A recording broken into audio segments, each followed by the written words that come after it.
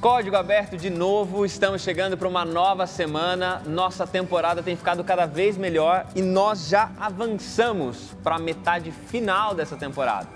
Agora estamos em contagem regressiva para o fim e para então a dissolução desse grupo tão bonito. Né? Dá uma tristeza, mas não muita tristeza, porque esse grupo aqui também é parte do Contracultura.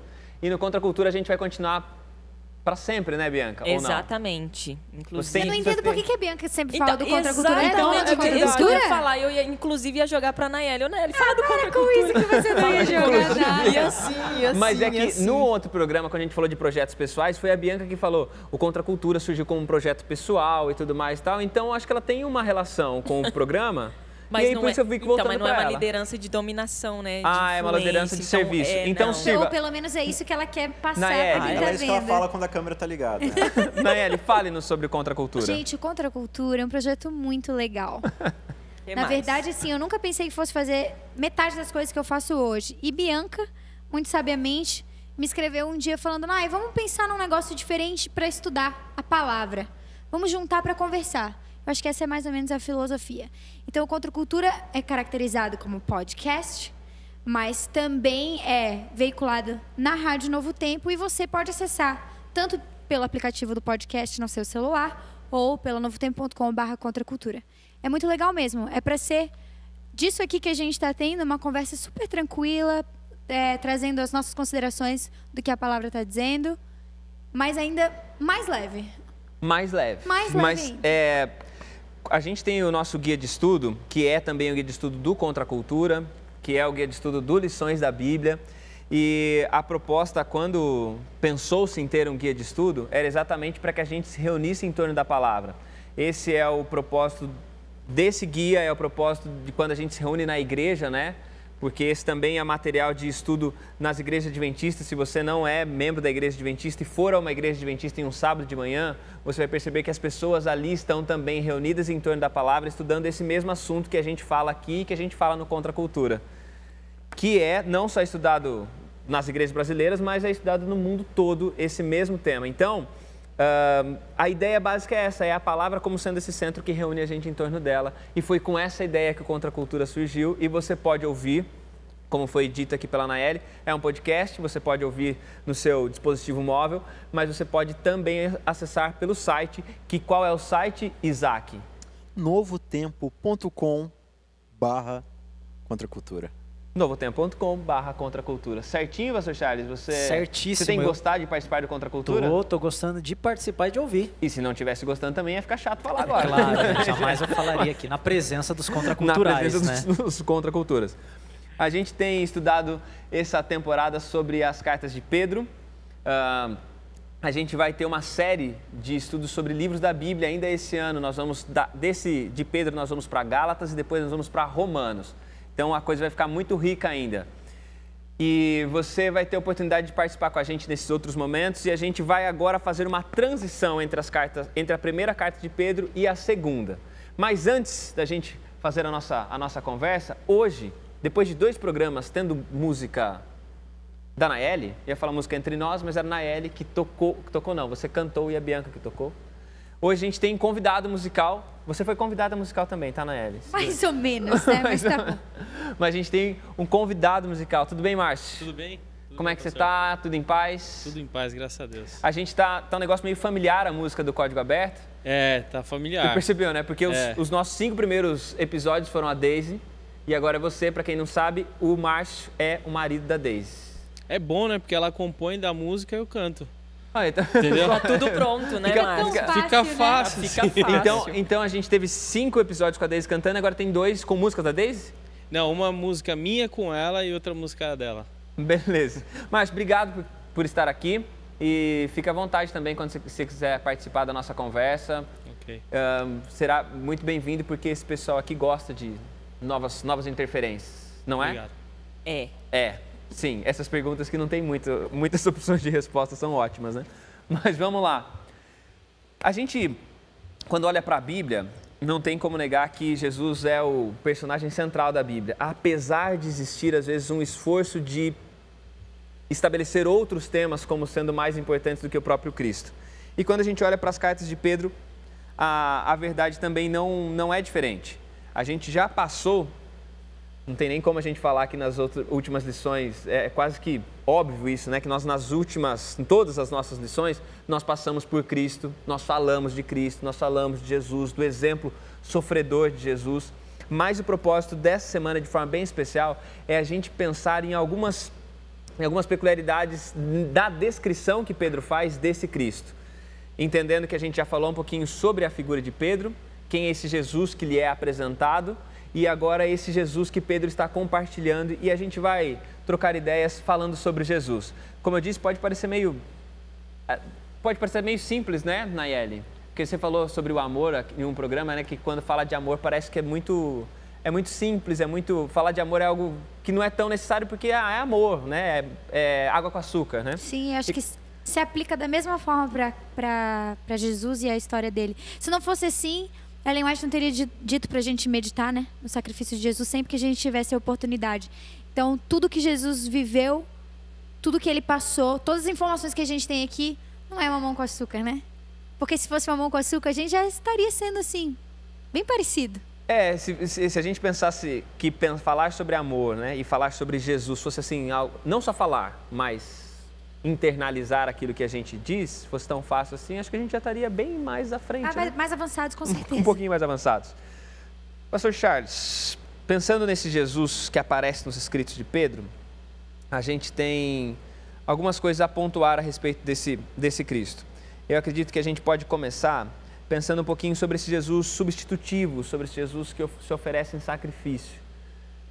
A gente falou aqui sobre isso, o Isaac marcou bastante isso, né, desse Jesus que se entrega e por isso ele se torna um exemplo de entrega para a gente, mas a gente entende também que a entrega de Cristo é de natureza diferente da nossa entrega, né? Ele tem coisas que só a entrega de Cristo pode fazer, que mesmo que a gente se entregue pelas pessoas, ainda assim a nossa entrega não cobre alguns aspectos que a entrega de Jesus cobre.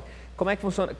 Que Jesus é esse apresentado como sacrifício substitutivo? É uma dinâmica, né, que a Bíblia vai apresentando para a gente desde as primeiras páginas, desde o livro de Gênesis, né?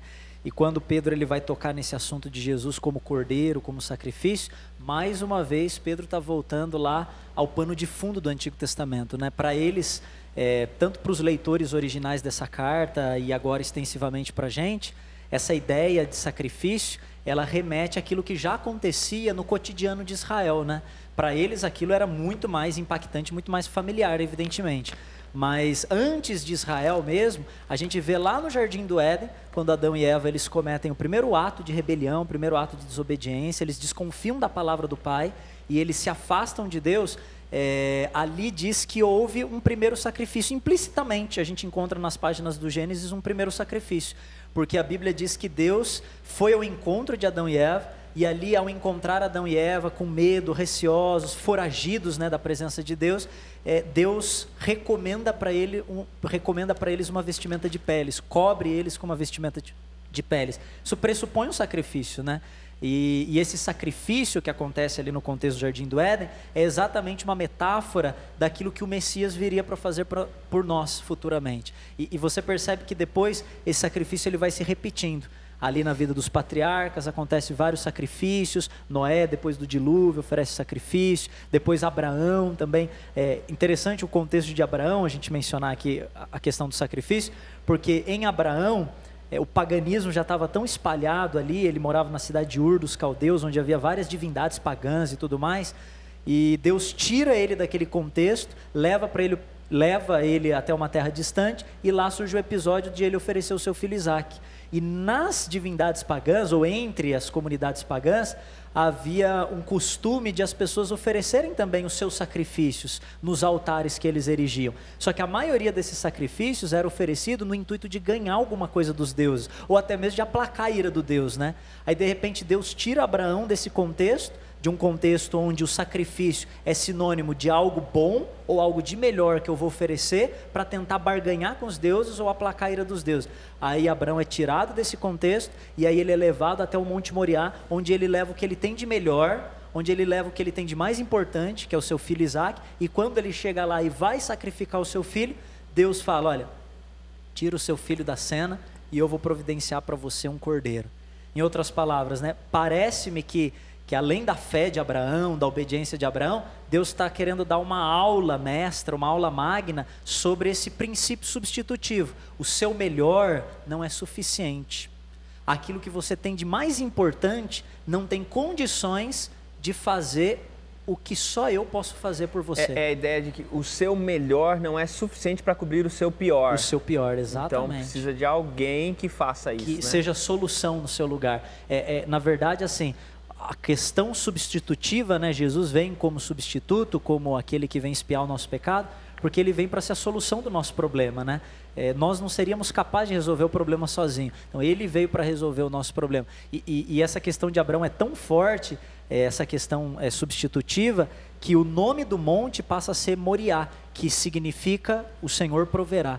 Então o nome do monte não tem que ver com a fé de Abraão, embora uma das lições do monte seja a obediência de Abraão, mas o nome tem que ver com o que Deus fez. Então assim, a gente poderia dizer que nas comunidades pagãs o altar ou o sacrifício era símbolo do que o homem tinha de melhor. Da obra do homem, né? Da obra do homem. Enquanto na religião bíblica, na religião cristã, o altar, o sacrifício é o símbolo daquilo que Deus tem de melhor. Então é Deus oferecendo o que ele tem de melhor e o ser humano recebendo aquilo que Deus tem de melhor para cobrir o seu pior, né? É mais ou menos isso. E uma coisa que eu acho interessante pensar é nesse Pedro falando de Jesus como substituto, falando de Jesus como sacrifício, mas é o mesmo Pedro que tentou dissuadir Jesus do sacrifício. E isso ensina alguma coisa para a gente a respeito desse progresso da gente também, né? Porque em alguns momentos também acho que a gente vive alguma experiência semelhante de olhar para aquilo que a gente gostaria que Cristo fizesse e aquilo que Cristo realmente precisa fazer. A gente vive mais ou menos isso também, né? De não entender a missão de Cristo, não entender o propósito de Cristo, tentar fazer com que ele passe por outro caminho. Inclusive foi o que aconteceu muitas vezes com Pedro. Ele não entendeu muita coisa do que ele teve com Cristo, enquanto esteve ali se relacionando com Cristo pessoalmente, né? Ele não entendeu.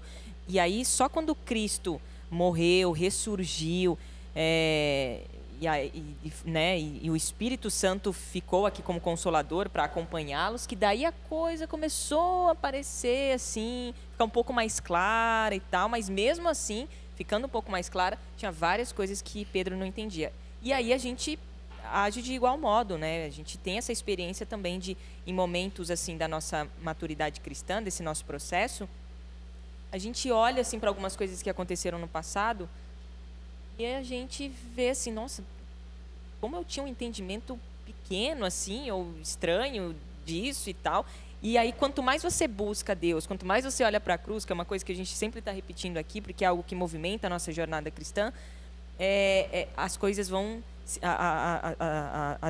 A escuridão vai se dissipando e a gente vai se libertando de várias coisas, de várias crenças, de várias questões que que tapam o nosso relacionamento, que escurecem o nosso relacionamento com Cristo, ou nos impedem de nos relacionarmos melhor com Ele.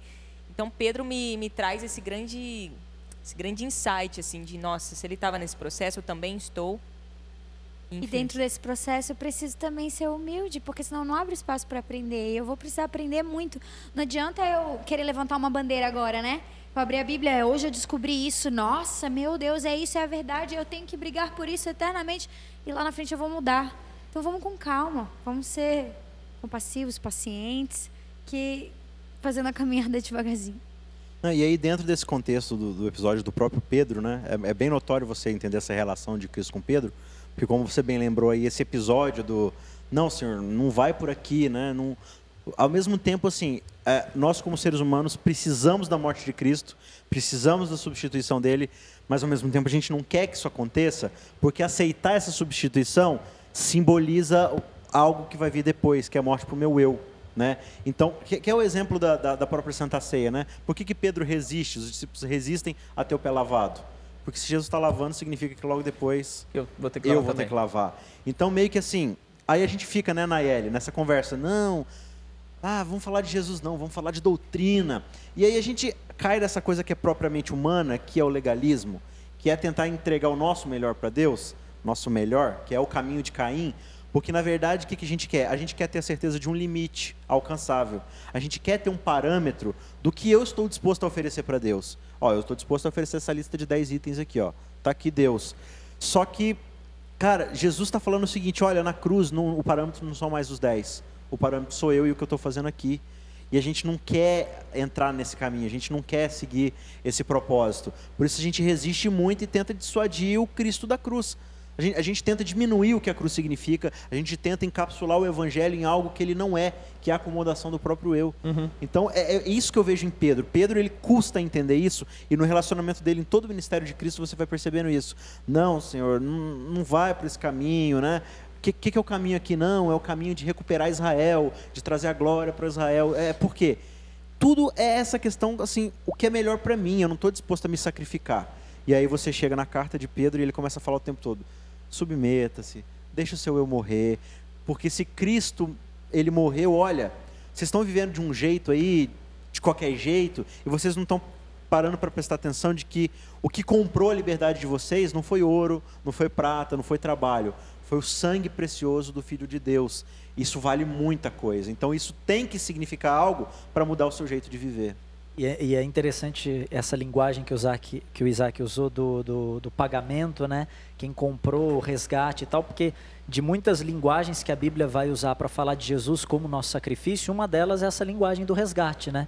Então, a partir do momento que Adão e Eva ali, eles se separam de Deus, há uma dívida a ser paga, né? O pecado trouxe como salário a morte. E agora alguém precisa morrer, alguém precisa pagar essa dívida, né? Porque se Deus ele permitisse que não houvesse morte, ele não estaria sendo justo. Mas se ele também só impusesse a morte, ele não estaria sendo misericordioso. Sim. Então, aí entra o dilema, né? Misericórdia, justiça, como é que a gente combina as duas coisas? Então, o plano da salvação, né? Ele se resume nisso. É Deus assumindo a impiedade, o pecado do homem, e ele oferecendo a si mesmo como pagamento dessa dívida. Ou seja, a dívida vai ser paga, a justiça vai ser feita, mas essa justiça é sobre mim, não é sobre você. Eu vou assumir o seu lugar.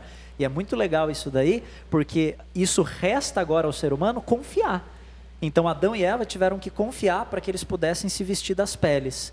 Abel teve que confiar para que ele pudesse oferecer o cordeiro, diferente de Caim, que não confiou em si mesmo. Não, eu vou oferecer o meu melhor. Aí depois Abraão quer confiar no seu melhor, Isaac. Aí Deus tira Isaac de cena, coloca o cordeiro. Aí depois você vai no santuário, e no santuário todo aquele ritual girava em torno não do que o homem fazia, mas do que Deus está fazendo em favor do homem. A única contribuição que o pecador tinha era levar o seu pecado.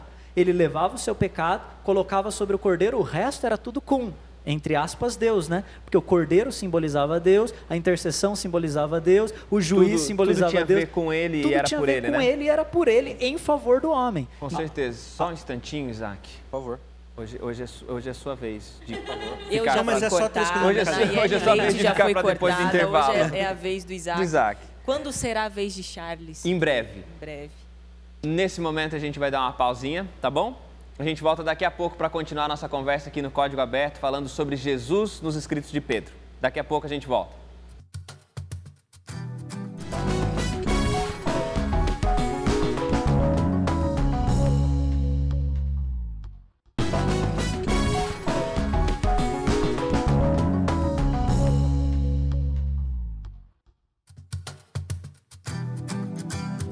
Estamos de volta ao Código Aberto, essa é a nossa 8ª lição, o 8º encontro, é o 8º momento que a gente está tendo falando sobre as cartas de Pedro. A gente já falou de Pedro, a gente já falou sobre o autor, a gente já falou sobre as pessoas para quem ele escreveu, e hoje de maneira bem especial nós estamos conversando sobre Jesus, o personagem Jesus e essas facetas que são apresentadas desse Cristo por Pedro na primeira e na segunda carta de Pedro.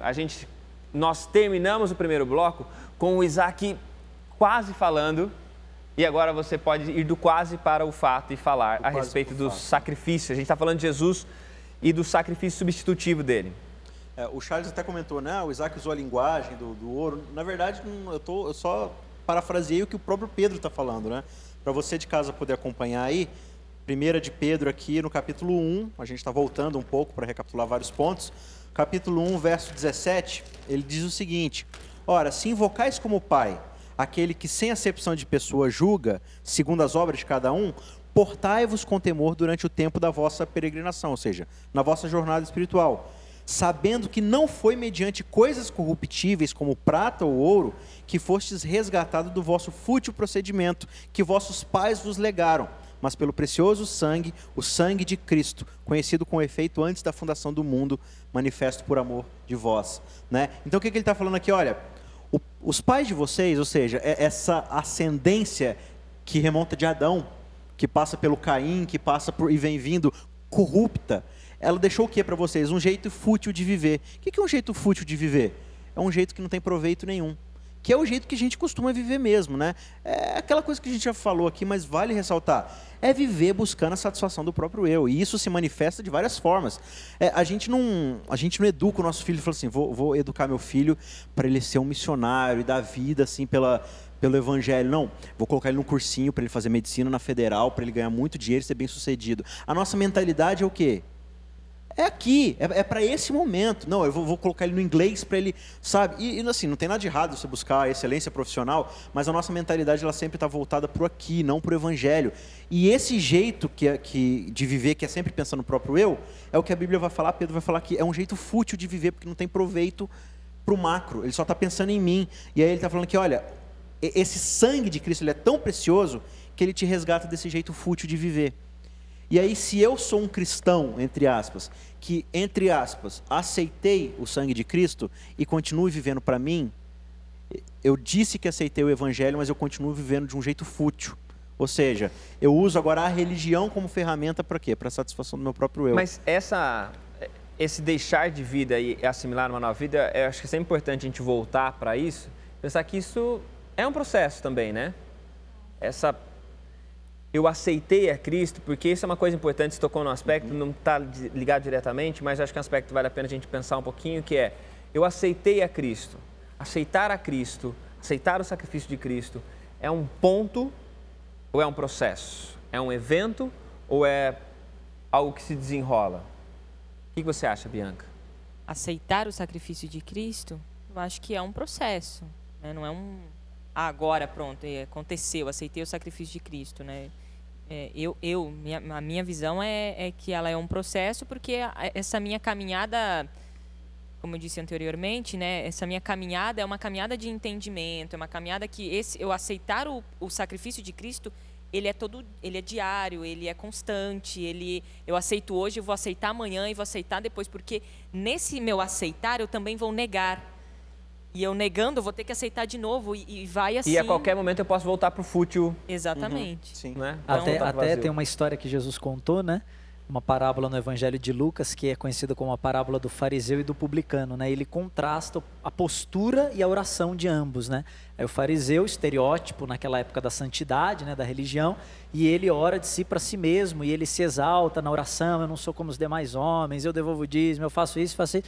E o publicano chega ali timidamente, né, nem quer se misturar direito com o povo, porque ele sabe que socialmente, marginalizado, aquela coisa, todo mundo já colocou um rótulo nele de que ele é proscrito, mas no meio da oração ele só bate no peito.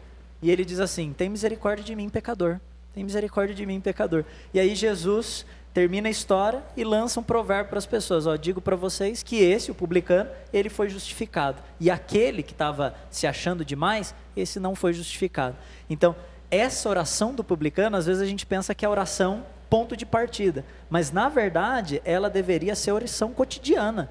Ela não é uma entrada no Evangelho, né? Ela é o cotidiano do Evangelho, é a maneira de viver o Evangelho. É você ter noção do sacrifício de Cristo, da santidade de Cristo, da grandeza do que Ele faz por nós, e isso gerar em nós um senso de quem nós somos, da nossa pequenez, da nossa finitude, e isso provocar em nós essa reação, né? Quem sou eu? Quem sou eu? Eu tenho até um texto aqui bacana, da autora norte-americana Ellen White. Ela diz assim, eu acho muito bonito esse texto, muito forte, quando a gente está falando sobre essa questão de Cristo como nosso substituto, alguém em quem a gente deve depositar nossa confiança. Ela diz assim, Cristo tornou-se substituto do pecado do homem, Ele ofereceu a sua perfeição no lugar da nossa pecaminosidade, tomou sobre si a maldição da nossa desobediência, sacrifícios e ofertas que apontavam para o futuro, apontavam para o sacrifício que Ele faria. O cordeiro morto tipificava o cordeiro que levaria sobre si o pecado do mundo. Por isso, Os que aceitaram a Cristo são considerados por Deus não mais como são em Adão, mas como são em Jesus, filhos e filhas de Deus. Por isso, não devemos andar ansiosos acerca do que Deus pensa de nós, mas do que Deus pensa de Cristo, nosso substituto. Então, assim, muito bonito cara, isso, né? é lindo isso, porque é uma troca, entendeu? Eu já não deposito mais a confiança em mim, já não é mais a minha oferta, não é o meu melhor, não é o meu Isaac, não é o meu fruto da terra, é o Cordeiro, e é colocar os olhos nele. Quando eu coloco os olhos nele, isso gera em mim a reação, tem misericórdia de mim. Inclusive, Charles, quando você colocou a ansiedade, a gente não pode ficar ansioso, porque quando a gente fica ansioso, a gente não está vivendo o presente, a gente sempre vive o futuro com um futuro que não aconteceu. E a gente se colocando no futuro, a gente está tentando resolver um problema. Né? Não, eu sempre estou à frente para tentar sanar alguma coisa. Né? Por isso que a gente fica ansioso. Né? E justamente me veio isso porque quando a gente fica ansioso, a gente acaba colocando muito eu. Eu vou resolver. Eu vou conseguir. Eu preciso assumir o controle disso. Eu preciso assumir o controle. E é isso que faz a gente ficar muito ansioso. E aplica, assim, se aplica muito ao nosso contexto espiritual, né? E eu achei interessante isso porque dessa ideia de que essa substituição de Cristo Deus olha para a gente agora. Só que quando ele olha para a gente, tem uma outra lente pela qual ele vê a gente. E a lente pela qual ele lê a gente agora é Cristo, né? A lente pela qual o céu nos lê é Cristo. E pensar nisso é importante, porque talvez uma coisa que fica um pouquinho, que talvez a gente deva falar antes da gente passar para a temática de Jesus como Messias, que é um outro assunto que está nas cartas de Pedro, é pensar que muitas vezes acontece, eu queria que vocês ajudassem a gente a exemplificar e talvez a pensar como isso acontece, que às vezes a gente olha para o sacrifício de Cristo como não sendo suficiente. A gente olha para o sacrifício de Cristo e a gente fala que é suficiente, a gente prega na igreja que é suficiente, vão lá e tudo mais, só que parece que na nossa prática de vida a gente não entende que esse sacrifício é suficiente. Quão suficiente é esse sacrifício e o que a gente faz na nossa vida que dá a impressão de que o sacrifício dele não é todo abrangente como ele de fato é. Pastor, talvez parece que às vezes a gente quer pagar, talvez seja isso, entendeu? Então, porque é muito difícil a gente aceitar que Cristo morreu na cruz, sendo ele perfeito e tudo, e você não pode fazer nada. Não, você quer pagar, de alguma forma você quer pagar. Então talvez a dificuldade esteja aí, né? Eu acho que então é muito difícil você não poder pagar. O que eu faço nesse processo? Não, você não faz nada. Deus resolveu com Deus e eles se resolveram, entendeu? E você está salvo. É meio difícil pra gente, né? Aí vem a questões da angústia também, né? Que você fica meio angustiado querendo resolver, querendo ter as coisas, né, na mão. Pô, eu não tenho nada na mão, eu não tenho a salvação, não é minha. Não sou eu que vou lá e faço, hoje eu vou fazer 50 orações porque eu acho que isso vai fazer eu me aproximar mais de Deus. Tá? Não é quantitativo, assim, essa coisa. Não dá para você nivelar, não tem como você colocar eu faço 50 orações, agora eu estou mais próximo, não. Então é difícil isso, né? É difícil parece que você está pulando de paraquedas, né? Sim. Eu acho que é isso que falta entender, que não tem nada a ver com o que a gente vai fazer. E toda vez que a gente fala assim, não, eu me propus agora não sei, eu não vou mais ouvir música que não é gospel. Eu me propus a isso, e é isso que vai me conceder alguma coisa. Toda vez que eu me proponho a coisas paralelas, periféricas, assim, em vez de reconhecer que o sacrifício é teu, foi você que me deu, misericórdia, Senhor, mas você me deu, e aceitar, eu estou dizendo para Deus que não valeu, não foi suficiente. Eu tenho que fazer alguma coisa a mais. Eu estou tentando virar sócio, né? Num pagamento que só ele consegue fazer. Já foi pago. Até a questão de santidade que a gente citou várias vezes, acho que foi até o Tiago, numa das nossas conversas lá, que a santidade ela é uma escada, mas ela seria uma escada rolante, né? Que você não precisa, nem você precisa fazer não é você que tá sendo levado. A escada sobe você, né? A escada sobe você, né? Deus, ele é esse conceito de graça é muito difícil mesmo. Quando a gente fala entender dessa questão quantitativa, né? Que vocês puxaram aí, a primeira história que vem na minha mente é a do filho pródigo, né? Porque para mim é muito nítido a maneira meritocrática, mercantilista com que os filhos eles estão se relacionando com o pai, né? O filho mais novo e o filho mais velho. O filho mais novo ele volta ensaiando um discurso e ele já chega dizendo dos débitos dele com o pai. Não, pai, olha, é o seguinte, eu gastei tudo, com eu não sou de pagamento, digno, né? Um plano de pagamento, olha, não me considera teu filho, eu sei que eu não posso, é trabalhador, então eu quero pagar por aquilo que eu fiz e tudo mais. A relação é baseada no débito dele. E a relação do mais velho é baseada no crédito. Porque aí ele chega para o pai dizendo, mas há quanto tempo? Eu estou te pagando, eu estou te servindo, eu estou fazendo a minha poupança aí e tudo mais, e agora o senhor nunca me deu nada. Então assim, a relação dos dois com o pai estava danificada, porque ambos estavam enxergando o pai como uma fonte daquilo que eu posso receber. E o pai mostra que nenhuma das duas funciona, né? Nenhuma das duas funciona. É a relação. Eu quero a relação entre a gente. É filho e pai, entendeu? Não importa o quanto você fez, quanto você deixou de fazer. O importa é o amor que existe entre a gente. Porque o amor cobre a multidão de pecados. Porque o amor não contabiliza créditos e débitos. No amor não existe espaço para isso. Agora, o amor, ele gera isso. Ele gera isso naturalmente, ele vai gerando isso na caminhada, isso vai sendo gerado. Eu li uma vez uma frase que dizia assim, que salvação é graça, obediência é gratidão. Então é nesse contexto do relacionamento pai e filho, onde reina o amor, a gratidão e a obediência, elas estão casadas. Elas vão acontecer ali nesse processo. E quando não acontecer, isso não vai entrar no vermelho. E quando acontecer, isso não vai colocar no azul. Porque não é nisso que Deus está colocando os olhos dele. Não é nesse momento que as coisas estão. Ele não está puxando o extrato para ver isso. Isso está lá, mas ele não está puxando o extrato para conferir isso, entendeu? E isso é muito lindo do Evangelho, porque ele dá esse espaço para a gente respirar, para a gente ser livre na casa do Pai, com os nossos erros, com os nossos acertos, com os nossos deslizes, com as nossas vitórias, mas a gente tem espaço para respirar, para se alegrar e para ser quem a gente é na casa do Pai. Dá tempo de contar um exemplo que aconteceu comigo? Para exemplificar justamente qual é a postura que eu acho que Deus espera de cada um de nós, isso aconteceu comigo agora, nas férias. Eu estava voltando da região do sul e eu sofri um acidente. Meu carro deslizou na pista e eu caí na vala ali que fica na pista e o carro acabou quebrando, né? Eu vi as fotos. Você viu as fotos? Vocês viram as fotos, né? Foi chocante, assim. Mas enfim, não, foi tudo certo, ninguém se machucou. Eu não curti as fotos. Não curtiu, né? Não. Mas aí, assim, os carros todos passando, né? Normal. E aí, de repente, parou um carro e saiu um senhorzinho, assim, devia ter seus 60 e poucos anos, veio até nós, assim, tá tudo certo, como é que vocês estão? Precisam de alguma coisa? E lá não tinha sinal de celular, não tinha nada, não tinha nenhuma perspectiva de ajuda. Falou, se eu puder levar a gente até o pedágio, que estava ali a uns 10, 15 quilômetros, eu agradeceria muito. Ele, não, eu te levo lá, tal. Aí me levou lá. Resumindo a história, né? Chegamos lá, eu falei, muito obrigado, viu? Não, vou ficar com você até saber que tá tudo certo. Aí eu, tá bom. Aí eu fui lá, tentei conversar com o pedágio, eu vi que ia demorar um pouco. Voltei nele e falou, vai demorar um pouco. Muito obrigado, pode ir. Ele, não, vou ficar aqui até saber que deu tudo certo. E continuou. E aí, do pedágio, os caras do pedágio levaram a gente de volta no carro, ele seguiu.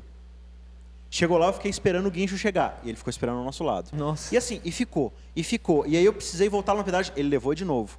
Aí depois eles levaram o carro quebrado até o posto mais próximo. E tudo isso sem sinal de celular, né? Ele foi até lá, levou, falei, agora eu vou chamar o seguro aqui, tá tudo certo, tal. Ele, não, eu vou ficar aqui até eu saber que tá tudo certo. Se precisar, eu te levo no hotel, durmo lá no hotel também, no outro dia eu te levo. Assim. E assim, o cara... Tava passando. Passando. Eu falei, nossa, mas você, né, era uma terça-feira, você não tem compromisso e tal. Não, tô aqui para isso agora. Tô aqui para isso agora. Esse é o meu compromisso. Presente, cara. Entendeu? Presente, meu, assim, ó. E aí eu Nada já estava constrangido, né? Porque isso não é normal. As pessoas não fazem isso. Você começa a pensar, o que eu posso fazer para ele, né? Eu vou pagar uma coisa para ele comer, para ele beber. Não, eu falava, não quer comer? Não, tá tudo certo, eu tô de boa, tô aqui. Eu estou por você. Tô por você. E aí, assim, depois, eu bati 4 horas da tarde, já eram 10h30 da noite, e ele ao nosso lado, o tempo todo. Aí, quando finalmente ele viu que eu consegui falar com o seguro e deixei tudo certo, eu falei, o guincho tá vindo, o táxi tá vindo para pegar a gente. Ele, então tá bom, agora eu vou. Aí eu peguei e falei, né, não é possível que eu vou deixar esse cara sem nada, né? Ele deu um tanto de ida e volta, ele passou umas 4 vezes no pedágio, indo e voltando. Tirei uma nota de 50, que é o que eu tinha no bolso, falei, obrigado, eu sei que não é o suficiente, mas ele, não. Eu não fiz por dinheiro. Eu falei, cara, mas como é que eu posso te agradecer? Ele falou assim, eu já passei por tudo isso que você está passando. Quando você vê alguém parado na estrada do jeito que você estava, faça a mesma coisa. Nossa, pronto. E aí eu falei assim, olha, eu não faço ideia do que significa evangelho. Eu não faço ideia. Depois dessa, acabou minha teologia, acabou tudo. O cara pregou para mim ali a coisa que eu venho estudando na Bíblia há anos na teoria. Então você fica quebrantado, porque é um negócio absurdo. O nível de desprendimento, sem querer nada em troca, fala assim, olha, eu morri por você. Ah, então como é que eu te pago, Deus? Então, tá vendo a Nayeli ali, precisando? Paga a dívida que você tem para mim? Paga para ela, ajuda ela. É isso que Deus quer da gente. É isso que Jesus espera da gente, é isso que Deus nos chama a ser, a fazer. E a gente vai continuar nossa conversa depois do intervalo, falando um pouquinho mais sobre esse Jesus que transbordou de graça a vida da gente e que ainda assim parece que a gente não entendeu muito bem. A gente talvez vai terminar essa lição sem entender muita coisa ainda, mas a gente vai continuar caminhando no desejo de aprender mais sobre ele. Fica por aí, daqui a pouco a gente volta e a gente continua o nosso estudo.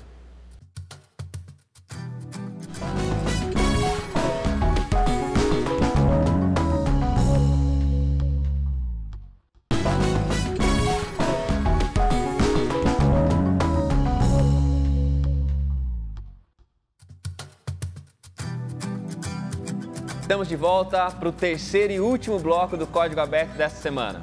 A gente está numa conversa que é emocionante, confrontadora, ao pensar num Jesus que ofereceu tanto, num céu que deu tanto.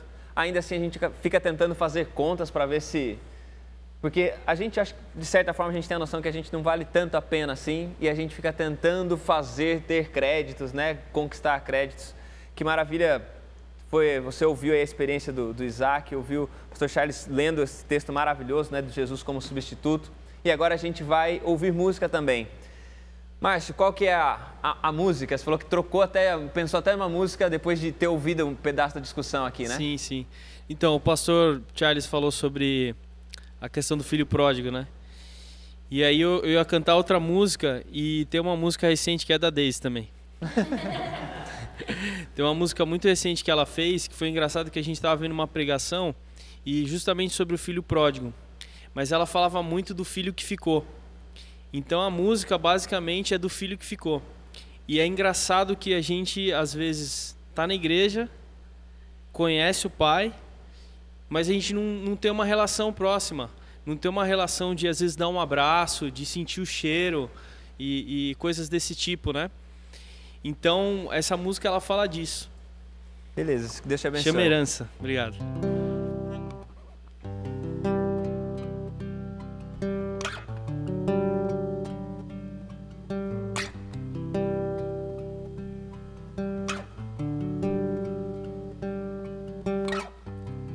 Quem dera ser inteiro, quem dera ser feliz, tendo quem me basta, e o sol que entra pela fresta aumenta a graça de lá fora.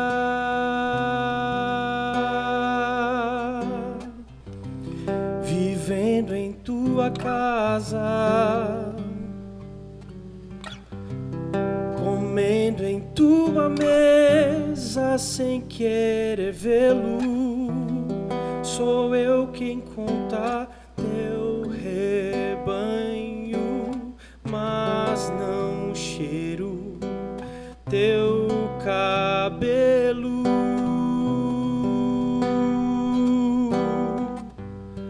Sou o filho que ficou, sou a voz que se calou sobre aquele que voou do ninho. Quem apaga a luz acesa, quem arruma toda a mesa, mas se senta pra comer sozinho. Eu que decidi ficar, te sirvo desde criança, mas não sei o que é voar e não aproveito a minha herança.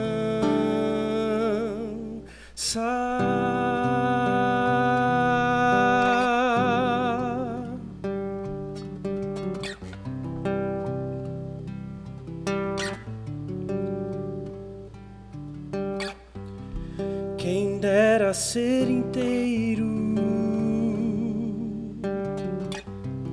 quem dera ser feliz, tendo quem me me basta, e o sol que entra pela fresta aumenta a graça de lá fora.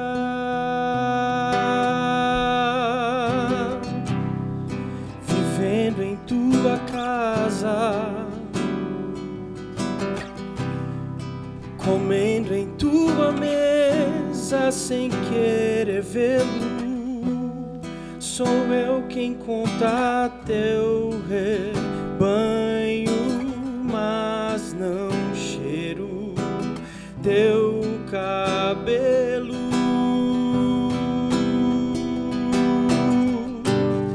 Sou o filho que ficou, sou a voz que se calou sobre aquele que voou do ninho. Quem apaga a luz acesa, quem arruma toda a mesa, mas se senta pra comer sozinho. Eu que decidi ficar, te sirvo desde criança, mas não sei o que é voar e não aproveito a minha herança.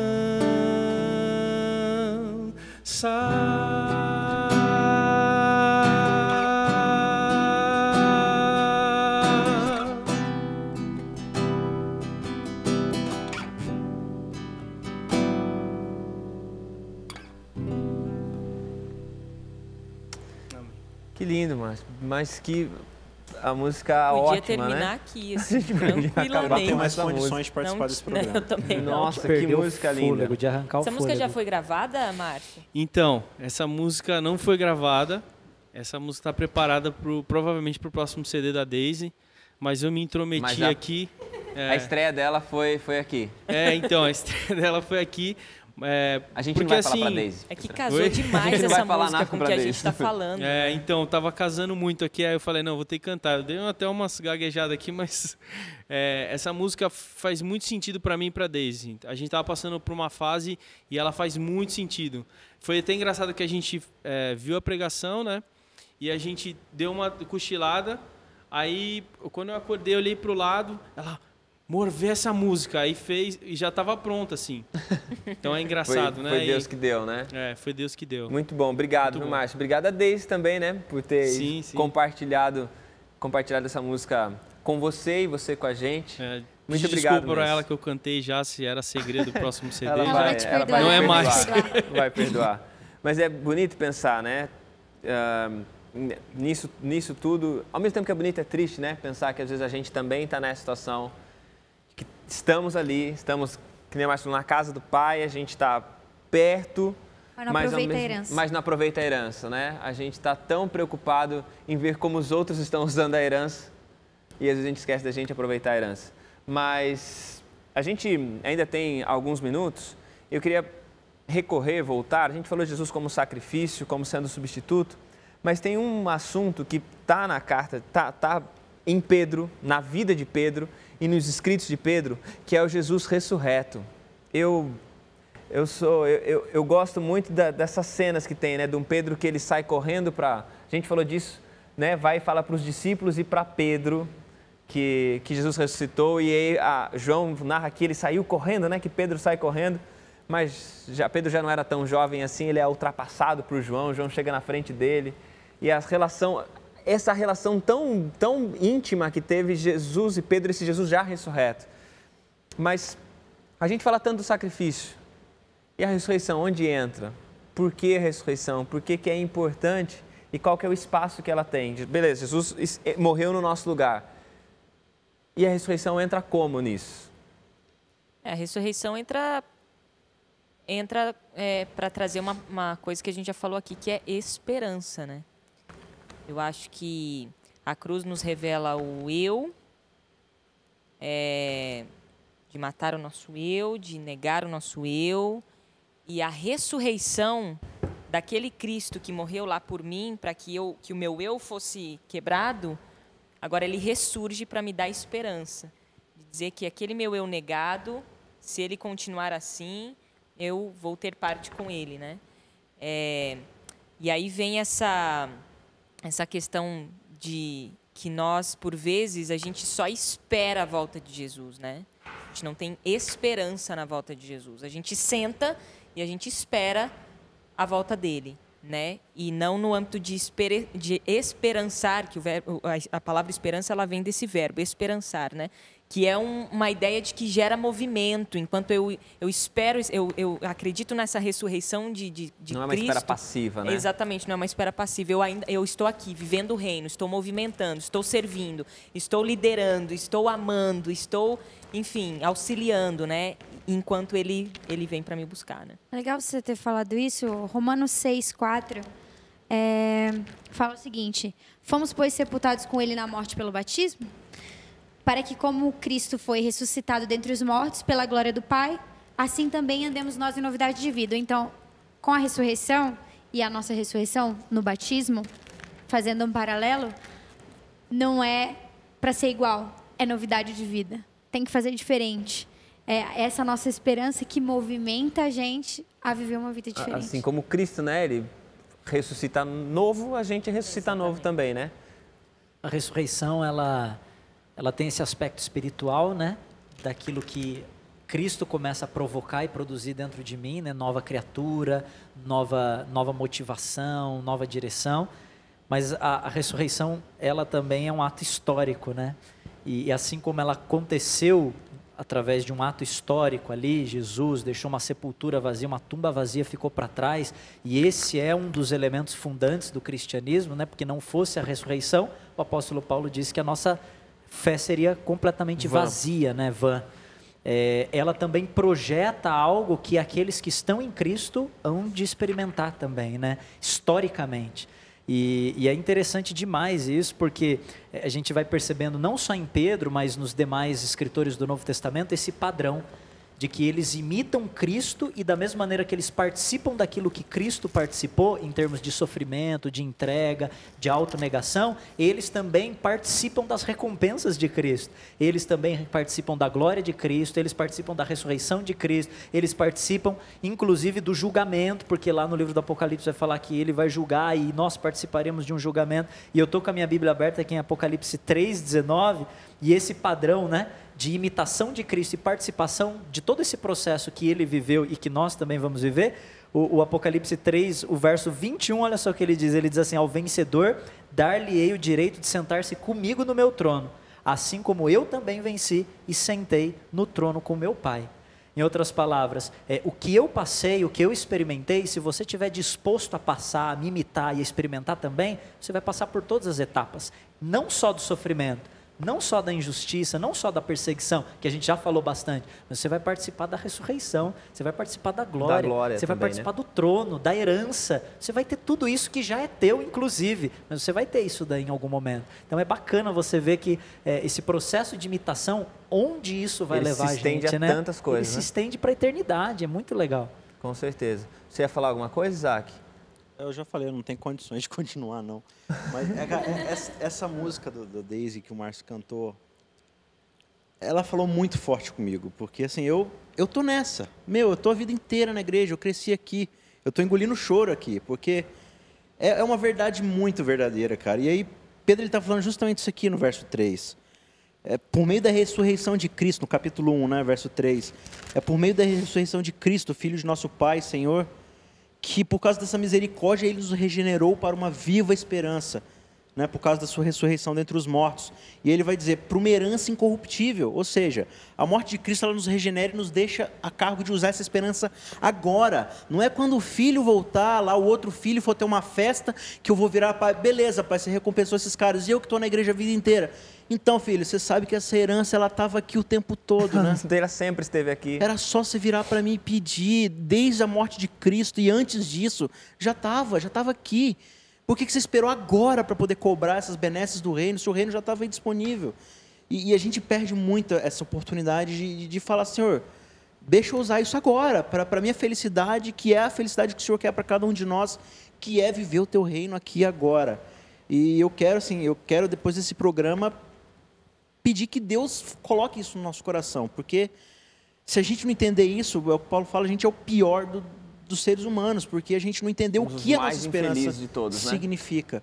A cruz de Cristo, não só a cruz, mas a ressurreição, essa garantia de que a gente pode ser regenerado por causa da misericórdia de Cristo.